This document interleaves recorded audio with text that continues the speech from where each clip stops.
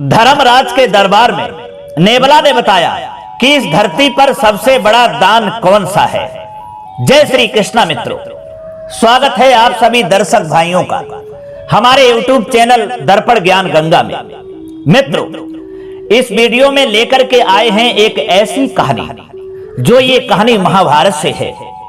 ये कहानी आपके लिए सिखाएगी और बताएगी कि इस धरती पर सबसे बड़ा और सबसे सच्चा दान कौन सा है। कौन सा दान करने से मनुष्य के लिए सद्गति प्राप्त होती है। कौन सा दान करने से मनुष्य के लिए भगवान का धाम प्राप्त होता है। दोस्तों, आपने शास्त्रों में व इतिहासों में बड़े बड़े दानधारियों का नाम सुना होगा, जिन्होंने दान करने के लिए अपनी दौलत को, सारी संपत्ति को दान कर दिया और जिसके फल अनुसार उन्हें भगवान का धाम प्राप्त हुआ, स्वर्गलोक की प्राप्ति हुई। दोस्तों, उसी तरह से दान करने वाले आज भी श्रद्धालु मौजूद हैं जो दान करते हैं, बहुत सारा दान करते हैं, बहुत सारी धन और संपत्ति को दान करते हैं। लेकिन दोस्तों, उनके लिए विमान क्यों नहीं आता? क्या उनका दान सच्चा नहीं है? क्या उनका दान वो बड़ा दान नहीं है जो उनके लिए स्वर्ग से विमान आए और उन्हें भगवान का धाम प्राप्त हो? तो दोस्तों, ये कहानी आपके लिए सिखाएगी कि सच्चा दान कौन सा होता है, सबसे बड़ा दान इस पृथ्वी पर कौन सा है, जिसके दान करने से मनुष्य के लिए सद्गति प्राप्त होती है, अर्थात भगवान का धाम प्राप्त होता है। तो आइए जानेंगे इस कहानी के माध्यम से। मित्रों, आपसे निवेदन है कि आप हमारी कहानी के लिए पूरा ही सुने, और आप यदि हमारे चैनल पर नए दर्शक बन करके आए हैं, आपने अभी तक हमारा चैनल सब्सक्राइब नहीं किया है, तो मित्रों आपसे अनुरोध करता हूं और प्रार्थना भी करता हूं कि आप हमारे चैनल को भी सब्सक्राइब कर लें, घंटी वाला बटन भी जरूर दबा दें, क्योंकि आपका एक सब्सक्राइब हमारे लिए बहुत महत्वपूर्ण है। तो चलिए मित्रों, अब शुरू करते हैं ये महाभारत का प्रसंग, एक महाभारत की कहानी। प्रिय दोस्तों, बात उस समय की है कि जब धर्मराज युधिष्ठिर का महान अश्वमेध यज्ञ जब पूरा हुआ, उसी समय एक बड़ी उत्तम किंतु महान आश्चर्य में डालने वाली घटना घटित हुई।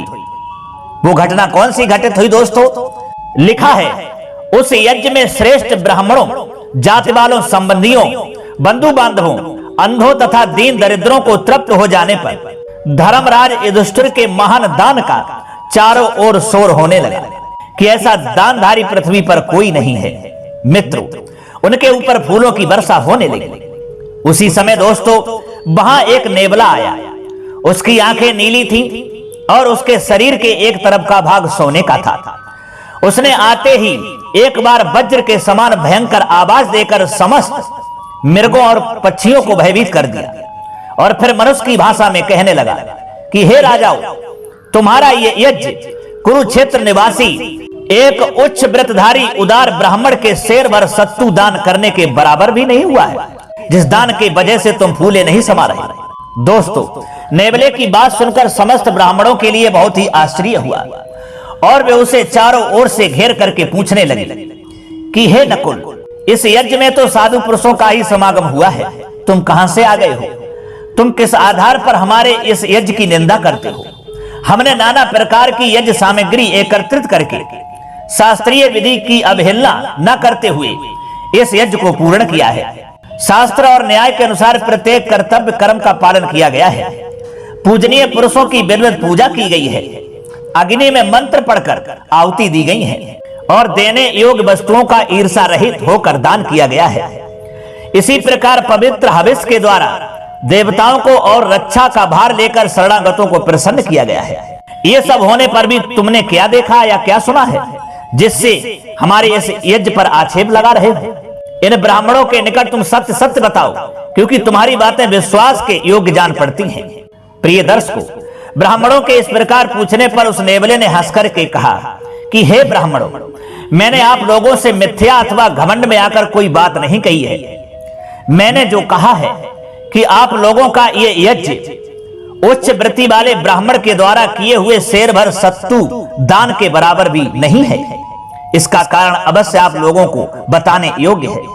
अब मैं जो कुछ कहता हूं उसे आप लोग शांति चित्त होकर के ध्यान से सुने।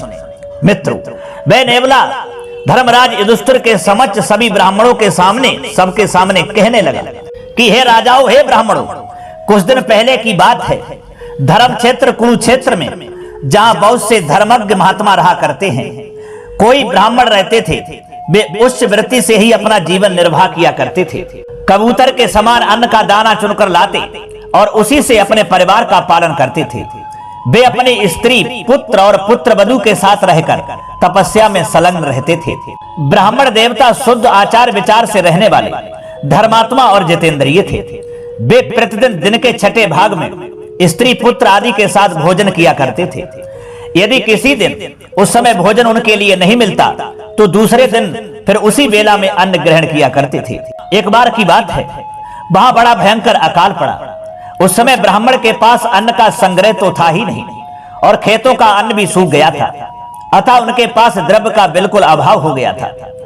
प्रतिदिन दिन का छठा भाग आकर बीत जाता, किंतु उन्हें समय पर भोजन नहीं मिलता था। बेचारे सबके सब भूखे ही रह जाते थे। हे राजा, जेठ के महीना में एक दिन शुक्ल पक्ष में दोपहरी के समय वे तपस्वी ब्राह्मण भूख और गर्मी का कष्ट सहते हुए अन्न की खोज में निकल पड़े। घूमते घूमते भूख और परिश्रम से व्याकुल हो उठे, तो भी उन्हें अन्न का एक दाना भी नसीब नहीं हुआ। और दिनों की भांति उस दिन भी उन्होंने अपने परिवार के साथ उपवास करके ही दिन काट डाला। धीरे धीरे उनकी प्राण शक्ति क्षीण होने लगी। इसी बीच में एक दिन के छठे भाग में उन्हें शेर भर जौ मिल गया। उस ब्राह्मण परिवार के सब लोग तपस्वी थे। उन्होंने जौ का सत्तू तैयार किया और नैतिक नियम एवं जप का अनुष्ठान करके अग्नि में विधि पूर्वक आहुति देने के पश्चात वे थोड़ा थोड़ा सत्तू बांटकर भोजन के लिए बैठ गए। हे ब्राह्मणों, इतने ही में कोई अतिथि ब्राह्मण वहां आ पहुंचा। अतिथि का दर्शन करके उन सबका हृदय हर्ष से खिल उठा। उसे प्रणाम करके उन्होंने कुशल समाचार पूछा। क्षुधा से कष्ट पाते हुए अतिथि ब्राह्मण को अपने ब्रह्मचर्य और गोत्र का परिचय देकर वे कुटी में उसको ले गए। वहां उच्च वृत्ति वाले ब्राह्मण ने कहा कि हे भगवान, आपके लिए ये आराध्य पाद्य और आसन मौजूद है तथा न्याय पूर्वक अपार्जित किए हुए ये परम पवित्र सत्तू आपकी सेवा में उपस्थित है। मैंने प्रसन्नता पूर्वक इन्हें आपको अर्पण किया है, आप स्वीकार करें। दोस्तों, उनके इस प्रकार कहने पर अतिथि ने एक भाग सत्तू लेकर खा लिया, किंतु उतने से उसकी भूख शांत नहीं हुई। ब्राह्मण ने देखा कि अतिथि देवता अब भी भूखे ही रह गए हैं, तो वे ये सोचते हुए कि इनको किस प्रकार संतुष्ट किया जाए, उनके लिए दोस्तों आहार की चिंता करने लगे। तब ब्राह्मण की पत्नी ने कहा कि हे नाथ, आप अतिथि को मेरा भाग दे दें। उसे खाकर पूर्ण तृप्त होने के बाद इनकी जहां इच्छा होगी चले जाएंगे। अपनी पतिव्रता पत्नी का ये शब्द सुनकर के, ये बात सुनकर के ब्राह्मण ने अपनी भार्या से कहा कि हे कल्याणी, अपनी स्त्री की रक्षा और पालन पोषण करना कीट पतंग और पशुओं का भी कर्तव्य होता है। पुरुष होकर भी जो स्त्री के द्वारा अपना पालन पोषण और संरक्षण करता है, वह मनुष्य दया का पात्र है। वह उज्जवल कीर्ति से भ्रष्ट हो जाता है और उसे उत्तम लोक की प्राप्ति होती है। धर्म, काम और अर्थ संबंधी कार्य, सेवा, वंश परंपरा की रक्षा, पितृ कार्य और स्वधर्म का अनुष्ठान, ये सब स्त्री के ही अधीन है। जो पुरुष स्त्री की रक्षा करने में असमर्थ है, वह संसार में महान अपयश का भागी होता है और परलोक में जाने पर उसे नरक में गिरना पड़ता है। पति के ऐसा दोस्तों कहने पर वे ब्राह्मणी बोली कि हे प्राणनाथ, हम दोनों के धर्म और अर्थ एक ही है, अतः आप मुझ पर प्रसन्न हो और मेरे हिस्से का ये पाव भर सत्तू लेकर अतिथि को स्वीकार करें। स्त्रियों का सत्य, धर्म, रति, अपने गुणों से मिला हुआ स्वर्ग तथा उनकी सारी अभिलाषा पति के ही अधीन है। इसलिए मेरे हिस्से का सत्तू अतिथि देवता को अर्पण कीजिए। आप भी तो जरा जीर्ण, वृद्ध, सुदातुर, अत्यंत दुर्बल, उपवास से थके हुए और छीड़काय हो रहे हैं। फिर आप जिस तरह भूख का कलेश सहन करते हैं, उसी प्रकार मैं भी सह लूंगी। हे ब्राह्मणों, पत्नी के ऐसा कहने पर ब्राह्मण ने सत्तू लेकर अतिथि से कहा कि हे दुर्जर, ये सत्तू भी ग्रहण कीजिए। अतिथि वह सत्तू भी लेकर खा गया, किंतु उसे संतोष नहीं हुआ। ये देखकर उच्च वृत्ति वाले ब्राह्मण को बहुत भारी चिंता हुई। तब उनके पुत्र ने कहा कि पिताजी, मेरा सत्तू लेकर आप ब्राह्मण को दे डालिए, मैं इसी में पुण्य समझता हूँ, इसलिए ऐसा कर रहा हूँ। मित्रों, पिता ने कहा बेटा, तुम 1000 वर्ष के हो जाओ तो भी मेरे लिए बालक ही रहोगे। पिता पुत्र को जन्म देकर ही उससे अपने को कृत समझता है। मैं जानता हूँ बच्चों की भूख प्रबल होती है, मैं तो बूढ़ा हूँ, भूखे रहकर भी प्राण धारण कर सकता हूँ। जीर्ण अवस्था हो जाने के कारण मुझे भूख से अधिक कष्ट नहीं होता। इसके सिवा मैं दीर्घ काल तक तपस्या कर चुका हूँ, अतः अब मुझे मरने का भय नहीं है। तुम अभी बालक हो बेटा, इसलिए बेटा तुम ही ये सत्तू खाकर अपने प्राणों की रक्षा करो। वह नेबला कहने लगा, हे राजाओं। तब वह पुत्र बोला, पिताजी मैं आपका पुत्र हूँ। पुरुष का त्राण करने के कारण ही संतान को पुत्र कहा गया है। इसके सिवा पुत्र पिता का अपना ही आत्मा माना गया है। अतः आप अपने आत्मभूत पुत्र के द्वारा अपने व्रत की रक्षा कीजिए। पिता ने कहा, बेटा तुम रूप, सदाचार और इंद्रिय संयम में मेरे ही समान हो।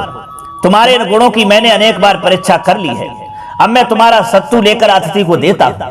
दोस्तों, ये कहकर ब्राह्मण ने प्रसन्नता पूर्वक वह सत्तू ले लिए और हंसते हंसते अतिथि को परोस दिए। उसे खा लेने पर भी अतिथि देवता का पेट नहीं भरा। ये देखकर उच्च वृत्ति वाले धर्मात्मा ब्राह्मण बड़े संकोच में पड़ गए। नेबला कहता है कि ब्राह्मणों, तब उनकी पुत्र वधू भी बड़ी सुशीला थी। वह अपने ससुर की स्थिति को समझ गई और उनका प्रिय करने के लिए सत्तू लेकर उनके पास जा बढ़ी और प्रशंसा से बोली कि हे पिताजी, आप मेरे हिस्से का ये सत्तू लेकर अतिथि देवता को दे दीजिए। ससुर ने कहा, बेटी तुम पतिव्रता हो और सदा ऐसे ही शरीर सूख रहा है। तुम्हारी कांति फीकी पड़ गई है। उत्तम व्रत और आचार का पालन करते करते तुम अत्यंत दुर्बल हो गई हो। भूख के कष्ट से तुम्हारा चित्त व्याकुल है। तुम्हें ऐसी अवस्था में देखकर भी तुम्हारे हिस्से का सत्तू मैं उसे कैसे दे दूं? तुम भूख से व्याकुल हुई बालिका एवं अबला हो। उपवास के कारण बहुत थक गई हो और सेवा शुश्रूषा के द्वारा बंधु बांधवों को सुख पहुंचाती हो। इसलिए तुम्हारी तो मुझे सदा ही रक्षा करनी चाहिए। मित्रों, तब वह पुत्र वधू बोली कि हे भगवान, आप मेरे गुरु के भी गुरु और देवता के भी देवता हैं। मेरा ये शरीर, प्राण और ये धर्म सब कुछ बड़ों की सेवा के लिए ही तो है। आपकी प्रसन्नता से ही मुझे उत्तम लोकों की प्राप्ति हो सकती है। अतः आप मुझे अपनी दृढ़ भक्त, रक्षणीय अथवा कृपा पात्र समझकर अतिथि को देने के लिए मेरा ये सत्तू स्वीकार कीजिए। नेबला कहता है कि राजाओं, तब ससुर ने कहा, बेटी तुम पतिव्रता हो और सदा ऐसे ही उत्तम शील एवं सदाचार का पालन करने में तुम्हारी शोभा है। तुम धर्म तथा व्रत के आचरण में संलग्न होकर हमेशा गुरुजनों की सेवा पर दृष्टि रखती हो। इसलिए तुम्हें पुण्य से वंचित ना होने दूंगा और श्रेष्ठ धर्मात्माओं में तुम्हारी गिनती करके तुम्हारा दिया हुआ सत्तू अवश्य स्वीकार करना। ये कहकर के ब्राह्मण ने अपनी पुत्र वधू के हिस्से का भी सत्तू लेकर के अतिथि देवता को दे दिया। उच्च वृद्धारी महात्मा ब्राह्मण का अद्भुत त्याग देख करके अतिथि बहुत प्रसन्न हुआ। वास्तव में पुरुष शरीर धारण करके साक्षात धर्म ही अतिथि के रूप में वहां उपस्थित हुए थे। उन्होंने ब्राह्मण से कहा कि हे विप्रवर, तुमने अपनी शक्ति के अनुसार धर्म पर दृष्टि रखते हुए न्यायोपार्जित अन्न का शुद्ध हृदय से दान किया है। इससे मैं तुम्हारे ऊपर बहुत खुश हूँ। अहो, स्वर्ग में रहने वाले देवता भी तुम्हारे दान की घोषणा करते रहते हैं। ये देखो, आकाश से फूलों की वर्षा हो रही है। देवता, ऋषि, गंधर्व और देवदूत भी तुम्हारे दान से विस्मित होकर आकाश में खड़े खड़े तुम्हारी स्तुति करते हैं। ब्रह्मलोक में विचरने वाले ब्रह्म ऋषि विमान पर बैठकर तुम्हारे दर्शन की प्रतीक्षा कर रहे हैं। अब तुम दिव्यलोक को जाओ। पितृलोक में तुम्हारे जितने भी पितर थे उन सबको तुमने तार दिया है तथा अनेकों युगों तक भविष्य में होने वाली जो संतानें हैं वे भी तुम्हारे ब्रह्मचर्य, दान, तपस्या और शुद्ध धर्म के अनुष्ठान से तर जाएंगे। तुमने बड़ी श्रद्धा के साथ तप किया है। उसके प्रभाव से और दान से सब देवता तुम्हारे ऊपर प्रसन्न हुए हैं। संकट के समय भी तुमने शुद्ध हृदय से ये सारा का सारा सत्तू दान किया है। कहते हैं भूख मनुष्य की बुद्धि को चौपट कर देती है, उसके धार्मिक विचारों का लोप हो जाता है। किंतु ऐसे स्थिति में भी जिसकी दान में रुचि होती है उसके धर्म का ह्रास नहीं होता। तुमने स्त्री और पुत्र के स्नेह की उपेक्षा करके धर्म को श्रेष्ठ माना है और उसके सामने भूख प्यास को भी कुछ नहीं गिना है। मनुष्य के लिए सबसे पहले न्यायपूर्वक धन की प्राप्ति का उपाय जानना ही सूक्ष्म विषय है। उस धन को सत्पात्र की सेवा में अर्पण करना उससे भी श्रेष्ठ है। साधारण समय में दान देने की अपेक्षा उत्तम समय पर दान देना और भी अच्छा है, किंतु श्रद्धा का महत्व काल से भी बढ़कर है।